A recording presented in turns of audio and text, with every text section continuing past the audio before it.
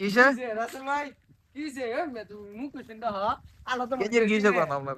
এত নাম আরে ওস্তাদ বর্মি ডন ওই যে কোনা গাজীপুরের ডন আপনার কোনটা ডন বর্মি অবস্থা খারাপ দেখুন সবাই যাবো ওই মে খিচুড়ি টিয়া দেন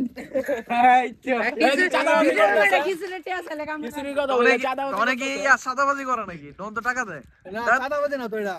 এটা সালামি